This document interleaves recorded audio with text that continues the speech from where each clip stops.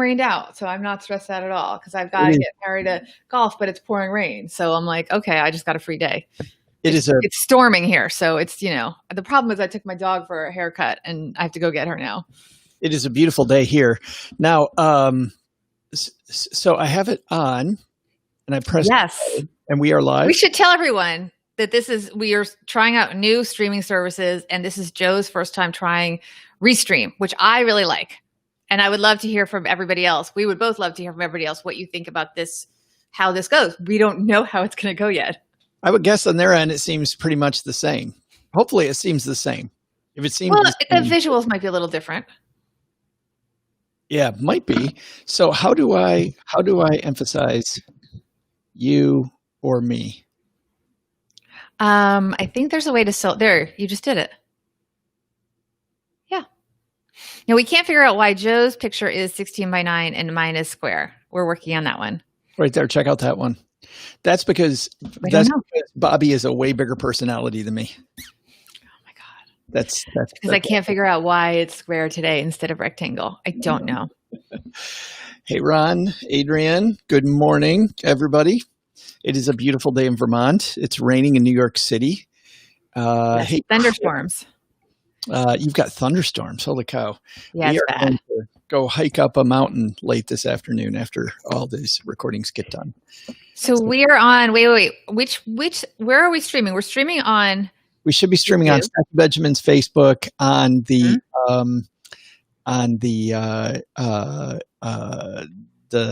the YouTube page. Holy cow. Money with Friends YouTube, Money with Friends Twitter.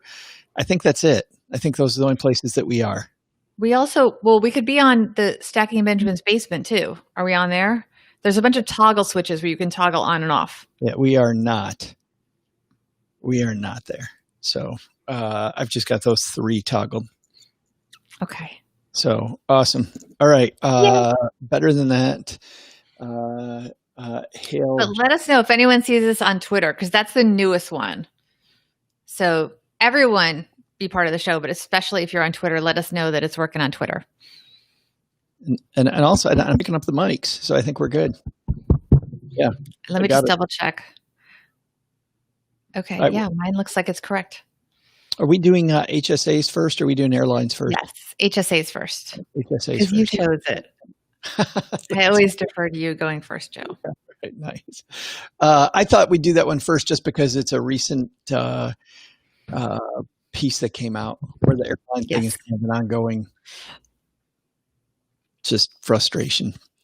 All right. Will you do this? Yep. Oh, are we rolling an audio backup somewhere? I just have the audio running. Your tape recorder. I can see the recorder going. Okay, good. All right. Just checking because anyway, adjustments. I didn't know if I was supposed to do that. Anyway, okay. Nope. All right. So this is for Saturday, August 15th. Did I get the date right? I think that's right. 15th. Okay. All right. For real, guys, now. On this episode of Money with Friends, are investors born or made? We share new data tied to health savings accounts that reveal a fascinating answer. It is Saturday, August 15th. Let's talk money with our friends. Welcome to the Money with Friends podcast. I am certified financial planner, Bobbi Rebell, host of the Financial Grown Up podcast, coming to you from my very grown up kitchen in New York City. And coming to you from Stowe, Vermont, where we're making Stacking Benjamin's episodes. I'm Joe Saul-Sehy.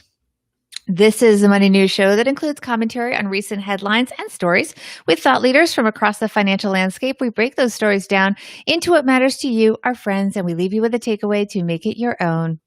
Today's show is brought to you by NordPass. We lock passwords. You hold the key.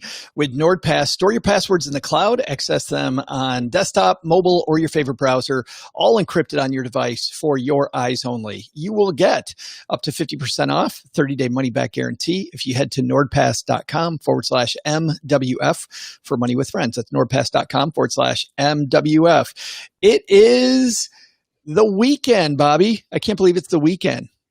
Yes, it's been quite a week of stormy weather here in New York City. Not fun now that I'm driving so much. And all sunshine here in Vermont. Come to Vermont, Bobbi. We'll hang out. We'll make sure we stay 6 feet apart. We'll record these live. We'll climb mountains together. Hang out with the Von Traps. What could go wrong? What could go wrong? Yeah, I'll consult the family about that one and get back to you. But I do love Vermont. Vermont is a beautiful place. So I hope you are enjoying your time there. I am learning that now. Yeah. Well, another thing I enjoy is a good story about a health savings account. And what's cool is we don't get to talk about health savings accounts very much. So today we'll dive into that, but let's see which one of our friends is going to help us kick this off. All right, this piece comes to us from NAPA-Net. That's the National Association of Plan Advisors, the people that manage 401k plans, pension funds, those types of people. This is written by Nevin Adams. Are HSA investors born or made? And HSA, by the way, that's a health savings account, account that people save into as part of their insurance. They'll get a high deductible insurance plan, and then they'll stuff money into what's called an HSA. Nevin writes, a recent analysis finds that while only 6% of HSA account holders actively invest those funds, nearly 2/3 of those do so within the first year. The analysis by the Employee Benefit Research Institute, EBRI, characterizes those early investors as, quote, born. And while what distinguishes them from others is not inherently obvious, the report notes that there is some quality intrinsic to them that prompts them to invest their balances immediately. A second group, those who transition to investing within the first 3 years of account ownership, are considered, quote, made. These EBRI report authors Jake Spiegel and Paul Fronston say might be the result of some, quote, some external force that prompts them to invest their balances, specifically things like developing a familiarity with HSAs, the result of an effective benefits education campaign, or having accumulated a balance that they feel comfortable investing. However, the EBRI researchers say that among this group, the two most important characteristics they found to be associated with transitioning to investing are account tenure and balance. Quote, in particular, they write, our analysis shows that a 1-year increase in account tenure is associated with a similar increase in the likelihood of investing as an account balance roughly $3,250 larger. The report also cites employee contributions as a factor that increases the likelihood of investing, likely signaling that engagement is an important determinant in transitioning to investing, they write. Bobbi? As for the notion that people are simply waiting for their balance to grow, the report finds, quote, only weak evidence to support that hypothesis. When plotting the distribution of account balances when account holders transitioned to investing, EBRI noted spikes around $1,000, $3,000, and $6,000. And by the way, 1,000 is often the minimum requirement for most plans, likely signifying thresholds that at least some investors are targeting, such as required balance thresholds for investing or health plan deductibles. However, there was a great deal of variance in account balances at the time of investing, suggesting that this only describes a small share of investors. Additionally, plan deductibles apparently do not serve as a strong signal to account holders that they should save that much before investing. There are things that stand in the way. The report highlights the impact of taking a large distribution, at least half the account balance, a factor they say is associated with a reduced likelihood of transitioning to investing, which they say may indicate that account holders try to build their balances back up after withdrawing money from their HSAs before investing. And then it talks about the implications, which we'll kind of summarize here. The report notes that only a few account holders transition to being investors after more than 5 years of account ownership. A result, they say, is suggestive of two conclusions. One, that long-tenured non-investors intentionally do not invest, either because they view their HSA as a spending vehicle or they're concerned about losses. Secondly, since at least some long-tenured account holders transition to investing at some point, then the research suspects there might be some external force driving them to invest, perhaps employers' educational outreach efforts, personal research, or building up a sufficient cash buffer to cover short-term medical expenses, though they note that the actual motivations are undetermined at this present. And so basically, it also talks about the fact that a lot of people are focusing on their short-term health expenses in the year ahead. And also that makes sense because, you know, it's kind of a replacement for the flexible spending. I'm paraphrasing here. So people think of it as money that they might need to access. It's not necessarily, we're kind of talking about the idea of investing, thinking about it as a retirement account. But the truth is that it is a health savings account, not a retirement savings account. That's my paraphrasing. So anyway, Joe? Well, I think this is so interesting to me. I don't know if you found it as fascinating as I did, that some people go into this plan, and not very many really, with the intention, it seems like, of investing that money, which I think is the real linchpin to using an HSA really effectively. If you can get enough money in there that you can invest it and then have the interest on that money years later actually pay your health bills, it's like, I'm as lazy as the next guy, Bobbi. I love having somebody else pay my bill. And if the interest on my money can pay my bills in the future, that's fantastic. So turning more people into investors is I think, something that hopefully we see more of in the future. We'll get to our audience comments in a moment because I think they're making some excellent points. But I also want to point out that only 6% are doing this from the beginning, if I understand this article correctly. And Yeah. I don't know that that's so troubling because the truth is, at the beginning, you need to be building that cushion. And as I also kind of emphasize, while I agree with every point you're making, it is a health savings account. Your primary retirement accounts are your retirement accounts. So if you're putting money away for retirement to invest, that's your primary for that. The health savings account is triple tax free. It's amazing. And once you have the buffer, but I don't want people investing in risky investments when they don't have very much money there, because this money is, after all, to cover a high deductible medical plan. And those deductibles can be very high. So you do want to make sure that you have the savings, health savings account, have that savings to cover your short-term needs. Yeah, I totally agree with that. But if you're somebody who is able to cover those out of pocket over the short term, that is a fantastic opportunity that you have to grow that money. And the more you can grow that money inside the HSA, the better off you're going to be. So even though it might hurt a little bit more, Bobbi, by taking money that your HSA could be paying to pay some of these short-term expenses, leaving that money to set and leaving it invested and taking money out of your wallet to pay that deductible instead, man, that's a great idea. And it's interesting because I think there's a ton of confusion about, HSAs and about how they're different than another thing that people use that you referenced earlier, the flex spending account, right? Mm-hmm. A lot of people, I think that these are the same exact thing, and they're two wildly different beasts.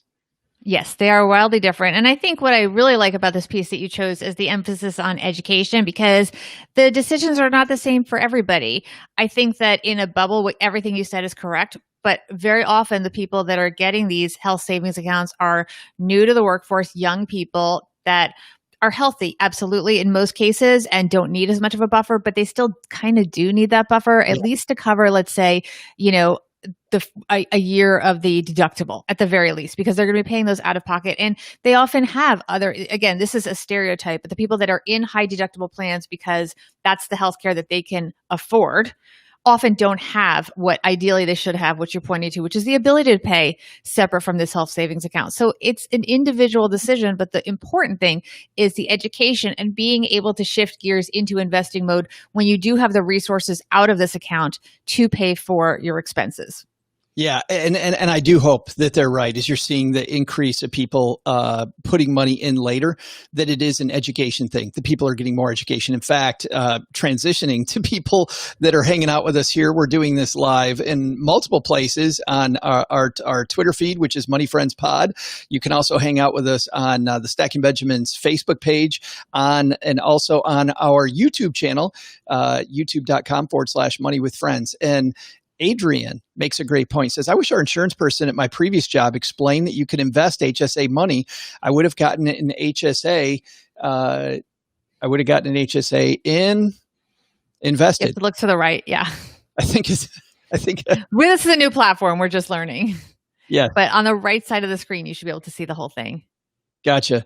Would have gotten HSA instead of an FSA and invested a portion each year. I'm in good health with only getting the occasional cold 1 to 2 times a year. It's funny. I used to think too, Adrian, that this was a plan, an HSA, especially good for healthy people. But it's interesting talking to an insurance guy that we had a long discussion with over on Stacking Benjamins, a guy named Scott Heiser. He said HSAs are great. Also, if you know that you're really unhealthy because of the fact that you're going to go through all of that deductible, no matter what you do, like going ahead and having the HSA then too can be a fantastic place to be. I think that I think the big thing here that we need to explain to people, though, Bobbi, is this difference between the HSA and the FSA. So the FSA, the flex spending account, can only be used for specific things, and it has to be used by the end of the year. If you don't use the money by the end of the year, it goes bye-bye. And HSA accumulates over time. Now, a lot of people can have flex spending accounts if they're available at your workplace. If they're not, you can't create your own. However, an HSA is only available if you have one of these high deductible HSA eligible plans. So you have to ask either your employer, or if you go through healthcare.gov, you need to have a plan that specifically works with HSA. So you have to ask that question ahead of time. Absolutely. And once you set it up, what's great about an HSA is, as we mentioned, it's triple tax free in that you get the deduction of your taxes, just like a flex spending, when you put the money in. But then if you use it according to the rules, you're not going to pay money. You're not going to pay tax on the way out if you use it according to the rules, which is basically for medical expenses. And you're also not going to pay taxes on the investment gains. So it is, in many ways, almost better than the standard retirement accounts, because most retirement accounts, you're paying on the way in or you're paying on the way out. In this case, you're paying in at no time. So they're really the ultimate. So in that sense, I really want to emphasize what Joe said at the beginning, which is you really should try to load this up if you can pay your medical expenses separately. That said, of course, you need to have the money there that you need to have if you don't have it separate. Yeah, and here's a cool thing is if you are able to pay these out of pocket, these medical expenses, keep all the receipts, because there's no drop dead date on filing those receipts and claiming your money. So let's say that I pay out of pocket this year for something that's HSA related, some procedure, and let's say it's $1,000. So I pay that out of pocket, but I keep my receipt. I can claim that receipt, Bobbi, 25 years from now. I can claim that way, way, way in the future, so I can give the HSA time to make up that difference, and then I can claim it, which is pretty powerful. You know, our friend Eric in Detroit hanging out with us, Eric says the average health cost for a couple retiring this year are about $300,000. Using an HSA can be a tool to help cover some of those retirement health costs. So I think, Bobbi, the quicker you start your HSA and the more you're able to let that build for retirement, the better you're going to be. Well, and especially because stereotypically younger people tend to have lower, well, it's probably not just stereotypes, probably actually true. Younger people do tend to have lower medical expenses. So at a time when you're less likely to need the money in the short term is a better time to let it accumulate and put in the max. Yeah, and our friend Dan hanging out with us says that he tries to keep the max out of pocket in cash within the HSA and then invest the rest. I think, Bobbi, based on what you're talking about, that's a great middle ground. Yeah, I think so. I would agree with that. I think he's really on track. We've got a lot of comments here. We definitely do. Rebecca talking about the investments options. Rebecca reminds people that risky investments in any account need to be planned for based on well-informed total picture. Absolutely. If you're going to invest the money in an HSA, make sure that that money is in a spot that's based on your goals. And when you think you're going to need the money, don't just throw along with your HSA money. By the way, and this is something else people don't know, Bobbi. If your HSA through work does not allow investing, you don't have to leave the money there. You can leave just enough in it to keep the account open, and you're allowed to roll that money no matter where it is. It is portable. Your 401k plan is not the same. You have to have specific things inside the paperwork of your 401k, inside the rules of your particular 401k to move it while you're still working there. Otherwise, you're captive to those funds. HSA, not the same. HSA, if they say, no, there's no investments here, you can roll it to an investment account and have an HSA investment account, but yes. Yeah. And essentially have two HSAs. You can have multiple HSA accounts. Which is a nice thing. I remember I was in a job for over a decade and my 401k was not portable. And it was very frustrating to me because I did want to have other options. Yeah, a lot of good stuff here, Bobbi. Did we do any work here? We didn't talk about this ahead of time. Did we do anything on Instagram here? We did not. We did not. No. But oh my goodness, we have so many comments here on all our different channels. Yeah. I want to highlight a couple more. Yeah. Keep in mind, I can only see the last. Just so you know, so we're using this new platform to record on. I can only see the most recent 4, but my screen keeps refreshing. So I know there's a lot of activity going on here. There are so many. Rebecca says, keep in mind all high deductible plans are not HSA eligible. Tim says, my employer provides an HSA. It doesn't require a high deductible plan, and most of it, an HRA, he calls it, health retirement account. That must be. And most behaves like an HSA. Too bad more companies don't provide these. That's funny. I have rarely heard of that type of account. That's I have not. That's bad. And of course, Eric likes the fact that I use drop dead date in a health insurance discussion. Oh God. You're welcome for that. Hey, in just a second, Bobbi and I are going to have our takeaways from today's discussion. And while Bobbi thinks of something just absolutely brilliant to cap off this episode of the show, I will remind you that this show is brought to you by NordPass. You know, I used to have just one password for everything. One password, Bobbi, to rule them all. You're not a Lord of the Rings fan, are you? No. Also, I've got members of my family walking around and there's all kinds of hand signaling going on. She says, yes, this is truly the work at home season. With NordPass, we lock passwords. You hold the key. Instead of having that one password to rule them all, and my failed joke there, instead, NordPass will create very difficult passwords for all your different things. And the cool thing is that I don't even know my passwords, Bobbi. I just get into NordPass. When I go to, let's say, Netflix as an example, it automatically logs me in. Don't get me wrong, I can look it up and see what it is, but most of the time it makes these logins automatic, quick, and very, very difficult. And the important thing is if somebody does steal my ID, they're only stealing it on one of my places, not in all of them, making it easier for me to reclaim my life. So check it out. NordPass, you will get 50% off and you'll get a 30-day money-back guarantee using our link at nordpass.com/MWF. All right, Bobbi, what is our takeaway here? I would say score one for the importance of proactive financial education. Only a small percentage of people will just intrinsically invest. Many people need something to prompt them, whether it be education or circumstance. So let's keep at it. Yeah, I'm with you. I think the important part of this are not the people that, according to this, I like their phraseology, where they're born, right? Those people are going to be fine. It's the people that this piece calls made. If we can all work at helping each other learn about how HSAs work, this is a really cool tool. It's a really important tool that a lot of us have available in our toolbox. And you've seen, Bobbi, you and I both seen over the past few years, it's become more and more and more popular. So it is really catching on. So learning how it works, I think, is a really important part of the plan. And then figuring out how much money you're going to leave in case you do need the money today. But really, if you've got a better strategy, maybe trying to pay for it out of pocket and letting that money grow a little bit and keeping the receipts might be an even better strategy. I totally agree. And I think that aspiring to have those resources is a really good thing for young people to focus on, because they really can load a lot of money into these HSAs in their younger years when they're not necessarily needing it for health reasons. And so they can really build it up. Hey, big thanks to everybody hanging out with us today. They are a chatty group today, Bobbi. Very chatty. I love this multi-channel thing where we can be on more than one social media platform at the same time. So now we know people can follow us on Twitter. I think there must be some way to set an alarm that we're going live, some kind of alert. Alert, better than alarm. And certainly we can do that on Facebook and on YouTube, so they can find out when we're going. But they can also find out when we're going live by checking out our website, moneywithfriendspodcast.com, because we do keep a schedule there.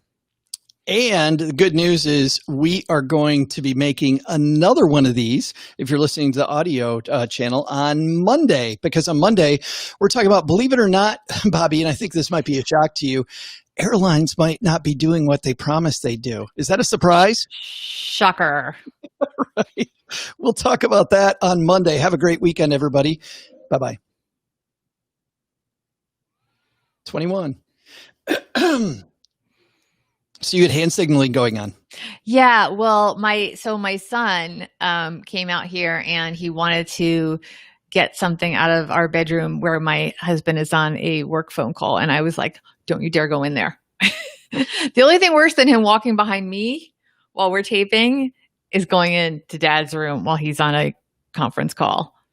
So I was like, no. Please. That will ruin Do not everything. go in there. Yes. So he'll wait. He'll be fine. Patience is a skill lots of children are learning when it comes to coexisting with their parents working in the home. Yeah, everybody's still learning, I think. Chris had a question about microphones. So, Bobbi, I think you're using an ATR 2100. Yes, but I may be upgrading soon. So I'll keep you guys posted. But I think for Chris, that's a great microphone to start with because it's a plug and play mic. Number one, it just plugs right into a USB port. So if you're doing Zoom calls, super easy to use versus this one that I'm using that has this, funky back thing and plugs into this mixer thing that I have next to me. It is far, far easier to use that. Now, the ATR 2100. You could also plug this into a mixer. Yeah, you can do both there, but he's doing Zoom calls. So with Zoom calls, it just plugs right into the computer. It's super easy and it sounds great. The problem is that particular microphone, the ATR 2100, isn't available anymore. But if you go There's an updated version though. They just made a new one. That's what I was going to say. You can look for what the new one is, and it's going to be great, and it should be in the $75 range. So, yeah. All right, we ready to make another one? Yes, just so you know, so I am only, and I have to find out whether this is an error or it's just the way it is. As the guest here, I can only see one screen. It does, like, once something is gone from the comments, like they were kind of going crazy here, and then I can only see the last 3 or 4, depending on how much space they take up. So you can see them all, but I can only see a few. I don't know how you did this once in the guest position, and I don't know if you could see up and down, but I can't scroll them. They're sort of stagnant. Yeah, people are talking about HSA rules. So we started a nice conversation where everybody's it seems to be helping each other. Yes. All right. Which we love. I got to figure out, Tim, where the hell your message is so I can put a different one up. Well, no, you know what you can do? You can always just go to the so there's chat, and then we have captions. So you can just go to captions and put something up instead. So and then I have some sort of permanent ones that I put there. See, now Adrian's message just came across and bumped another one out. Yep. So yeah, dental. Oh my goodness. Dental works backwards from the way healthcare works, which I've never had serious dental work until this year. I had a crown, which was not fun. And I learned very quickly that my insurance pays up to a certain amount and then no more. Instead of a deductible, there's a tiny like $50 deductible, but then it pays up to a couple $1,000s and then nothing else at all for like a year. So I was done with that one thing. And then now I just, as Adrian is saying, like no more. Yeah, exactly. $10. Right. I don't know how much my crown was, but it only covered $2,000 of it. And then the rest is on my own. And but I will tell you what I did do, Adrian, is I asked for a payment plan so that they didn't put the whole balance on my credit card at once. They spaced it out into like 3 payments. So it made it easier. Jeez. So yeah, I had one. Yeah. And it was the first time, thankfully it's the first time I ever had something like that. So, but yeah, you get a certain amount for the year and then that's it. Bobbi, on this next piece, you want to read through government bailouts or new investment? Okay. And then I'll read through. Actually, let's go. Why don't you go one more past that? How about they spent more than $3,000 on the tickets? And then I'll take, because this is a great thing, I'll take those next 4 paragraphs and we'll end with, it would do so, an updated policy. Actually, I'm going to go one more than that. The example shows how airlines, so I'll read that paragraph and we'll be. Yeah, I feel like we're going to have a very chatty audience on this as well. I personally, by the way, have been hit by this in that I have a lot of credits on airline tickets that we were going to use, and I don't know that we'll ever get money back. They're just saying, well, you have a credit, you can reschedule it. But I don't know if they'll be rescheduled within a year. Yeah. So, all right. Okay, let me just get this all set up, and we will be ready to go, guys. Oh, wait, I'm making a tiny change. Okay. Ready? Okay, let me hit record. This is for Monday, 14, 15, 16, 17, August 17th. On this episode of Money with Friends, airlines are withholding billions, that's billions with a B, in refunds, and customers are struggling to keep their money from flying away forever. It is Monday, August 17th. Let's talk money with our friends. Welcome to the Money with Friends podcast. I am certified financial planner Bobbi Rebell, host of the Financial Grown Up podcast, coming to you from my very grown up kitchen in New York City. And coming to you from Stowe, Vermont, where we're making episodes of the Stacking Benjamin Show. I'm Joe Saul-Sehy. This is the Money News Show that includes commentary from recent headlines and stories with thought leaders from across the financial landscape. We break those stories down into what matters to you, our friends, and we leave you with a takeaway to make it your own. Today's show is brought to you by Tiller Money. Optimize your financial life in Google Sheets or in Microsoft Excel with fast, automatic transaction imports, easy templates, and a free 30-day trial. And good news, now that Microsoft Money is coming back as a piece of Excel, Tiller Money even more valuable than ever to our money nerds that absolutely love Microsoft Money. Head to tillerhq.com/MWF to check it out. You'll get a free 30-day trial. Thanks to everybody who used our link, tillerhq.com/MWF. Today, Bobbi, we are talking airlines and apparently airlines not playing nicely. I find that hard to believe. It's completely said tongue-in-cheek. Yeah, because the government hasn't helped them at all. That's weird. They get a bunch of help and then they go, yeah, thanks, but no thanks. Well, and the last time they got help, we know what happened.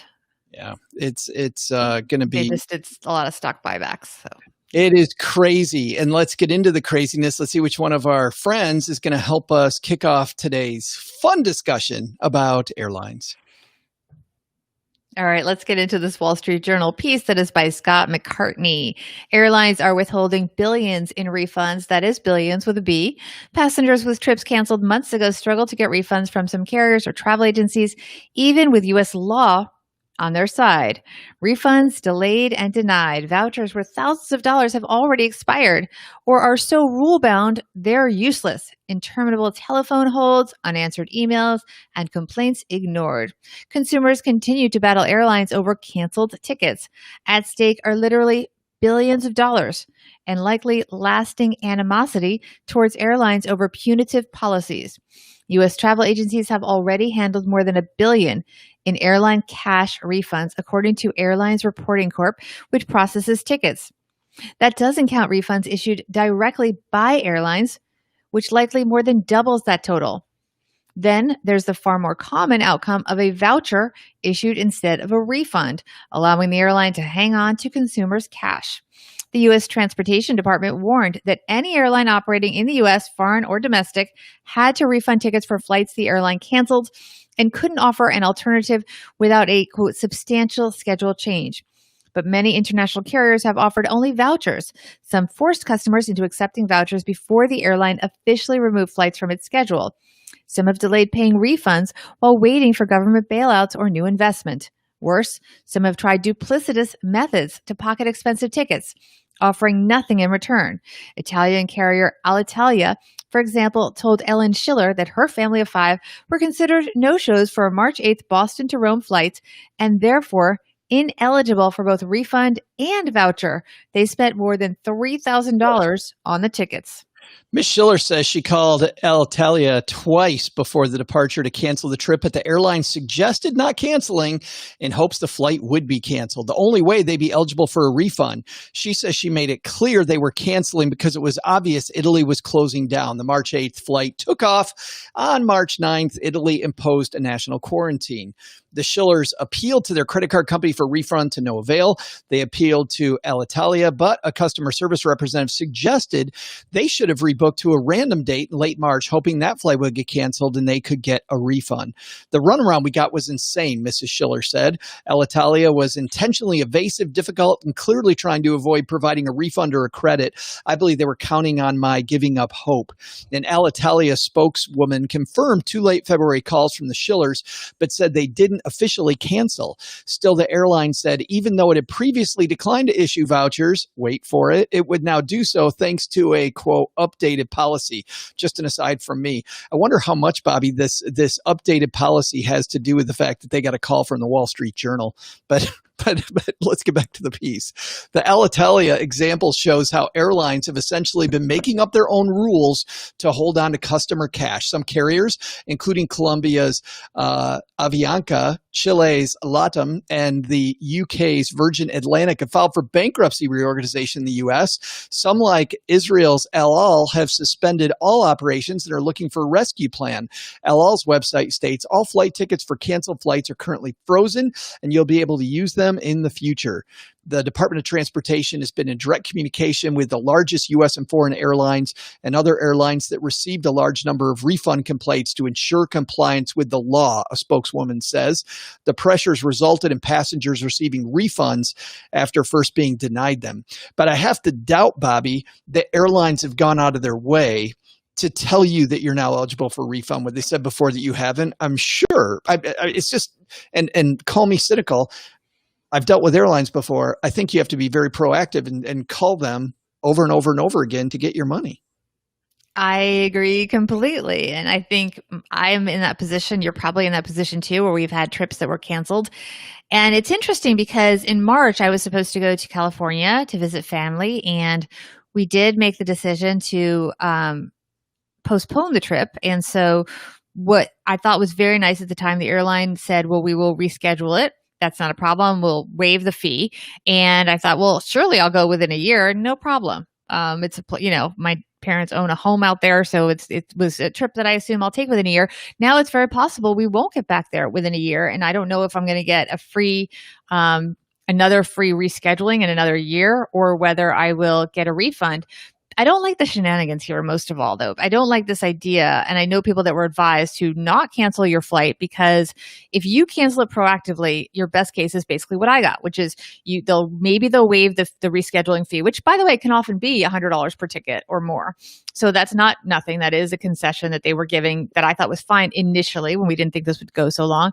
But they said if your flight gets canceled, you can get a free refund. So they're encouraging people to kind of sit on the tickets, which I think is a bit of a shenanigan because then you're just sort of playing this game when they should just figure out a mutually beneficial solution, whether it's refunds or something where you can rebook the ticket in a much more liberal way. I mean, one of the problems is that a year may sound like a lot of time, but the truth is if you read the fine print, at least on my ticket, it's a year from the time you first booked the trip, not a year from the time that you were supposed to take the trip. So if you book the trip 6 months in advance, you really only have 6 months after the trip was supposed to take place to get that trip done.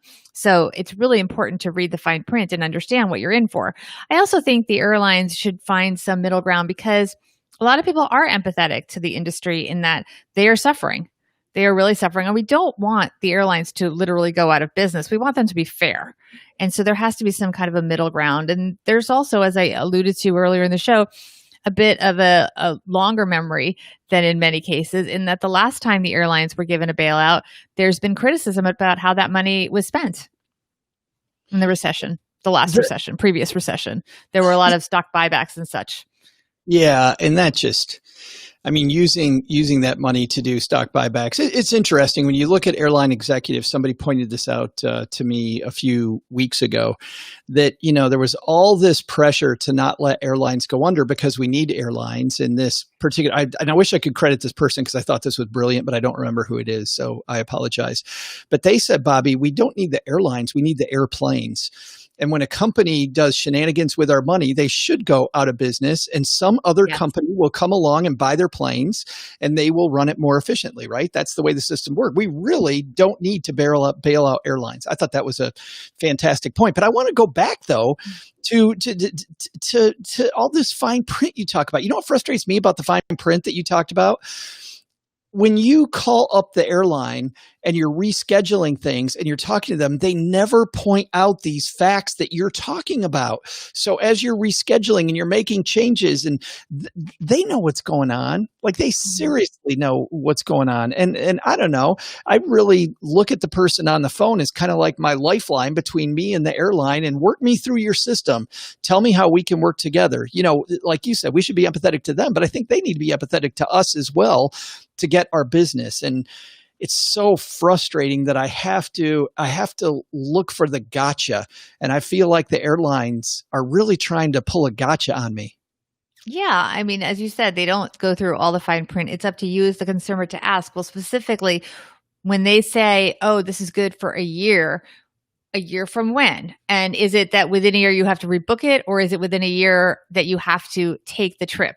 So you have to be extremely clear and also know their rules. I mean, I can't tell you how angry I am about this idea that people should play along with these stupid games where don't cancel your ticket, don't reschedule, just wait Right. and hope the flight gets canceled. Because if it gets canceled, you get a refund. But if it doesn't get canceled, then you can rebook it. I mean, come on.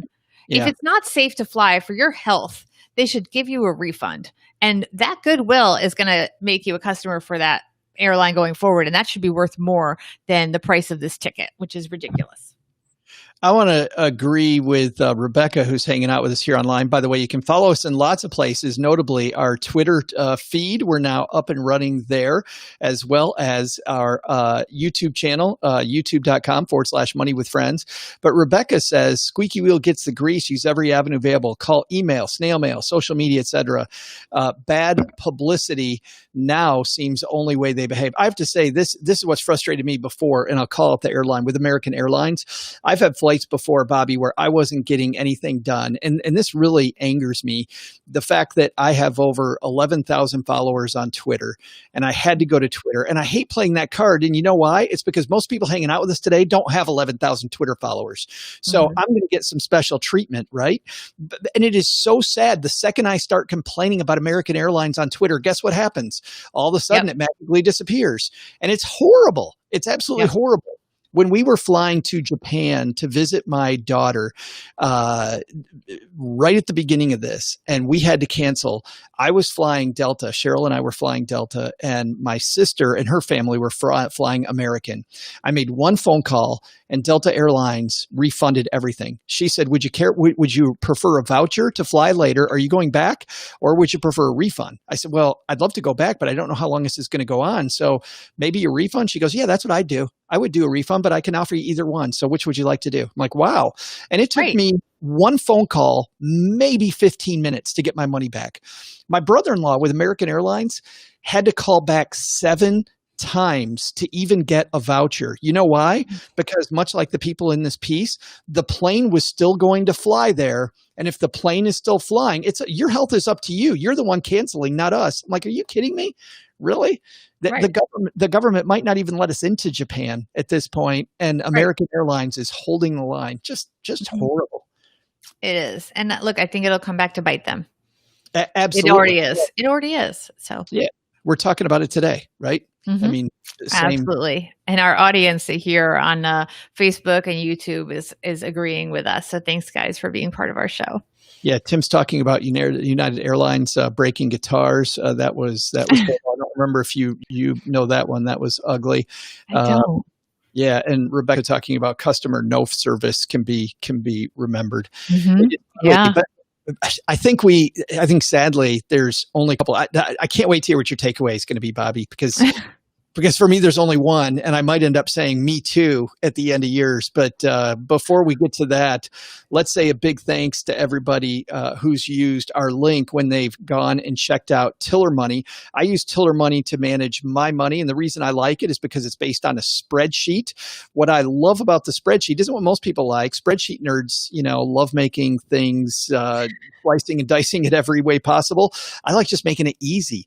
And the cool thing is that I can make the Tiller app work however I want because it's a spreadsheet. So to check it out and optimize your financial life in Google Sheets with fast automatic transaction imports, easy to use templates, and a free 30-day trial, head to tillerhq.com/MWF. And by the way, I also like the fact, Bobbi, that it's a subscription service.